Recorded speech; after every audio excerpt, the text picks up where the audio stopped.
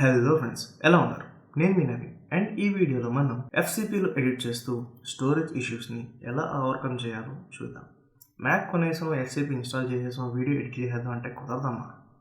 కొన్నిసార్లు ఈ type of situations కూడా మనం ఫేస్ చేయాల్సి వస్తుంది. సో ఈ వీడియోలో మనం స్టోరేజ్ ఈజ్ ఆల్మోస్ట్ ఫుల్ అనే ఈ కైండ్ ఆఫ్ ఇష్యూని ఎలా ఓవర్కమ్ చేయాలో చూద్దాం. ఫస్ట్, మీకు ఎంత స్టోరేజ్ ఆక్యుపై చేసిందో తెలుసుకోండి. నార్మల్గా అయితే స్టోరేజ్ ఫుల్ అని చూపిస్తుంది, కానీ ఎంత అని మనకు కనిపించదు. సో మీరు మీ ప్రాజెక్ట్ని సెలెక్ట్ చేసుకుంటే ఎక్స్ట్రీమ్ రైట్లో మన ప్రాజెక్ట్ యొక్క ప్రాపర్టీస్ కనిపిస్తాయి. ఇక్కడ మీరు అబ్జర్వ్ చేసినట్టయితే ప్రాజెక్ట్ మనకి ఆల్మోస్ట్ 179 GB స్పేస్ని ఆక్యుపై చేసింది.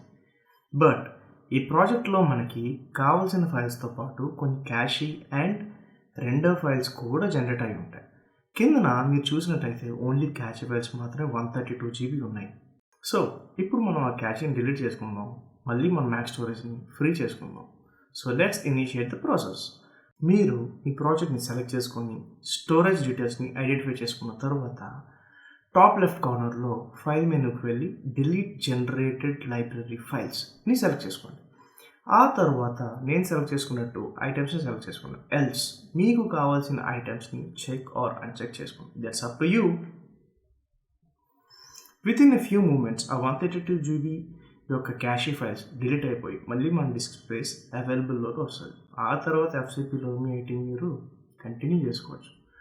ఒకవేళ ఈ వీడియో మీకు నచ్చినట్టయితే ఏం చేయాలో తెలుసుగా, లైక్ చేయండి, షేర్ చేయండి, కామెంట్ చేసి అలాగే సబ్స్క్రైబ్ చేసి బెల్ ఐకాన్ కూడా నొక్కండి. ఉంటాం ఫ్రెండ్స్, మళ్ళీ నెక్స్ట్ వీడియోలో కలుసుకుందాం.